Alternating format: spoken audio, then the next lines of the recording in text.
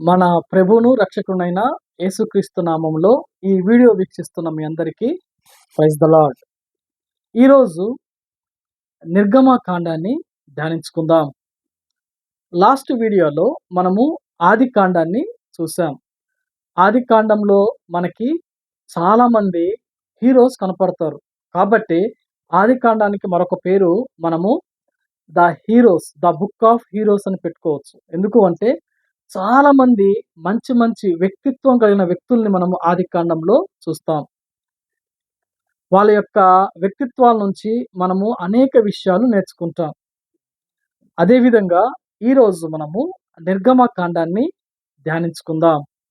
ఈ యొక్క పుస్తకాలని, బైబిల్‌లో ఉన్న పుస్తకాలను ఈ విధంగా మనం ధ్యానించుకోవడం ద్వారా మన హృదయంలో చాలా ఈజీగా మన హృదయంలోనికి ఈ యొక్క గ్రంథం అంటే పుస్తకము మనము అధ్యయనం చేయగలము. ఈజీగా గుర్తుపెట్టుకోగలము. తద్వారా దేవుడు మనతో మాట్లాడడానికి ఇంకా అవకాశం ఎక్కువగా ఉంటుంది. ఎక్కడైతే దేవుని వాక్యం ఎక్కువగా మన హృదయంలో ఉంటుందో అక్కడ దేవుడు స్వతహాగా మాట్లాడతాడు. సరే, ఈరోజు నిర్గమకాండాన్ని గురించి మనము ధ్యానిద్దాం. నిర్గమకాండానికి మొత్తము 40 అధ్యాయాలు. ఈ 40 అధ్యాయాల్ని మనం ఏ విధంగా గుర్తుపెట్టుకోవాలి? చాలా ఈజీగా గుర్తుపెట్టుకోవచ్చు. చూడండి. ఈ యొక్క 40 అధ్యాయాల్లో మొదటి 3 అధ్యాయాల్లో దేవుడు ఇశ్రాయేల్ ప్రజల యొక్క బాధను చూస్తాడనమాట. 1, 2, 3 అధ్యాయాల్లో. ఎందుకు ఆ బాధ అంటే నిర్గమకాండం మొదటి అధ్యాయంలో దేవుడు ఆ యొక్క యోసేపు ద్వారా ఐగుప్తులోనికి వచ్చిన ఇశ్రాయేల్ ప్రజల్ని ఫరో ఏ విధంగా కఠినంగా భావిస్తున్నాడో చూశాడు. వాళ్ళకి షిప్రా, పూయ అనే వాళ్ళ మంత్రసానం ద్వారా దేవుడు మోషేను రక్షించడము, మోషే పెద్దవాడవ్వడము, ఆ ప్రజల బాధ చూడడము, తద్వారా ఆ ఫరోకి వ్యతిరేకంగా వెళ్ళడము, ఫరో నుంచి తప్పించుకుపోవడం, ఆ యొక్క ఇశ్రాయేలు పడిన కష్టాన్ని దేవుడు చూడడం, ఇవన్నీ ఈ 3 అధ్యాయాలు మనము చూడగలం. కాబట్టి మొదటి 3 అధ్యాయాలు మనం ఏ విధంగా అర్థం చేసుకోవచ్చు అంటే దేవుడు ఇశ్రాయేలు యొక్క బాధను చూశాడు. ఆ టైటిల్‌తో గుర్తుపెట్టుకోవచ్చు. రెండవది 4వ అధ్యాయం నుంచి 6వ అధ్యాయం వరకు మోషేను రెడీ చేయడం. మోషేను ఆ యొక్క ఇశ్రాయేలుని ఐగుప్తులో నుంచి బయటికి రప్పించడానికి ఏర్పాటు చేయడం అనేది 4 నుంచి 6 అధ్యాయాలు. ఏ విధంగా 4వ అధ్యాయంలో ఆ యొక్క మోషే ఆ ఫరో దగ్గర నుంచి పారిపోయి ఆ యొక్క మిద్యానులో ఇత్రో అనే మామ దగ్గరికి రావడము, అక్కడ పొదలో ఆ యొక్క దేవుని యొక్క దర్శనం పొందడము, దేవుడు మోషేను పంపిస్తే నేను ఎట్లా వెళ్ళాలి, నేను నోటి మాంద్యం గలవాడని చెప్పడము, లేదు నీకు తోడుగా నేను ఆహ్వానిస్తా అని చెప్పడము, ఇవన్నీ ఈ 3 అధ్యాయాలు జరుగుతాయి. కాబట్టి 4, 5, 6 అధ్యాయాలకి మనం ఏం టైటిల్ పెట్టుకోవచ్చు అంటే మోషేను సిద్ధం చేయటం. మొదటి 3 అధ్యాయాలు దేవుడు ఇశ్రాయేల్ ప్రజల యొక్క బాధను చూశాడు. 4, 5, 6 అధ్యాయాలు మోషేను రెడీ చేశాడు. ఇక మోషే, అహరోనులు సీన్‌లోకి వస్తారు. అంటే ఆ యొక్క ఫరో దగ్గరికి వస్తారు. 7 నుంచి 12 అధ్యాయాల వరకు ఆ యొక్క ఫరో ఇశ్రాయేల్ ప్రజలను పోనీయకుండా కఠినంగా ఉండడం ద్వారా దేవుడు అనేకమైన కార్యాలు చేయడం, దేవుని యొక్క బలమైన హస్తాన్ని వాళ్ళకి చూపించడం అనేది ఈ యొక్క 7 నుంచి 12వ అధ్యాయం వరకు మనము చూడొచ్చు. దీన్నే మనము తెగులు అంటాం కదా. అనేక తెగులు దేవుడు రప్పించడము, తద్వారా ఇక ఫరో మీరు వెళ్ళండయ్యా అని చెప్పడము జరుగుతుంది. కాబట్టి 7వ అధ్యాయం నుంచి 12వ అధ్యాయం వరకు దేవుడు ఆ యొక్క ఫరో దగ్గర నుంచి ఇశ్రాయేల్ ప్రజల్ని బయటికి రప్పించే కార్యక్రమం అక్కడ ఉంటుందన్నమాట. ఇక 13వ అధ్యాయంలో ఇక దేవుడు ఏమంటాడంటే, నేను మీ యొక్క దేవుని కాబట్టి మీ ప్రథమ ఫలాలు నాకు కావాలి అని చెప్పిందే 13వ అధ్యాయం.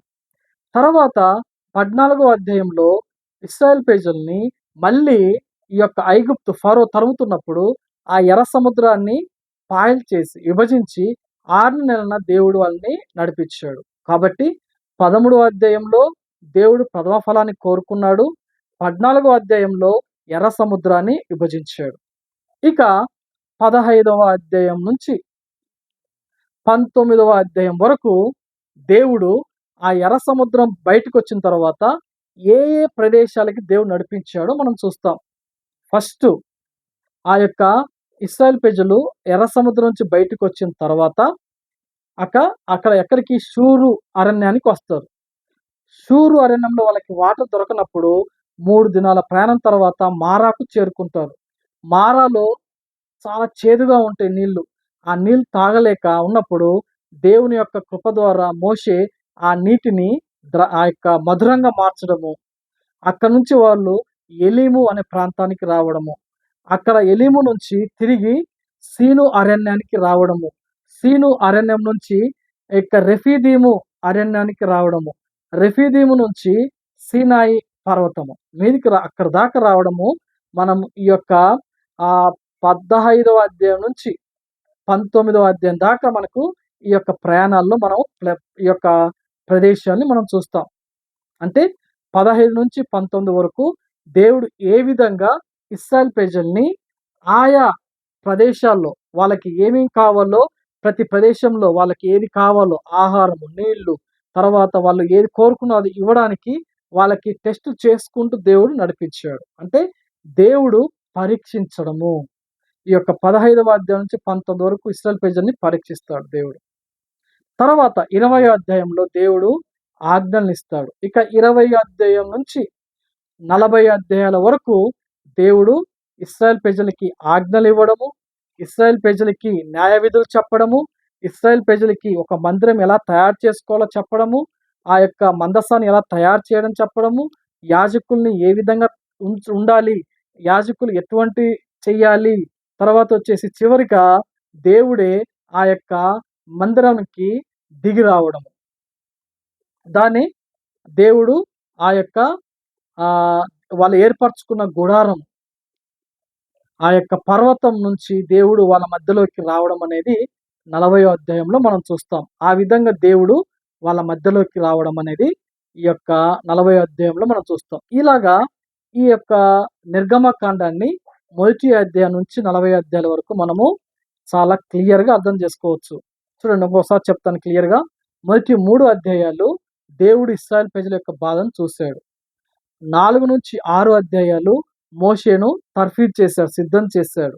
7-12వ అధ్యాయాలు దేవుని యొక్క శక్తిని చూపించాడు తెగుళ్ళ చేత. తర్వాత 13వ అధ్యాయంలో నాకు మీరు ప్రథమ ఫలాన్ని ఇవ్వమని కోరాడు.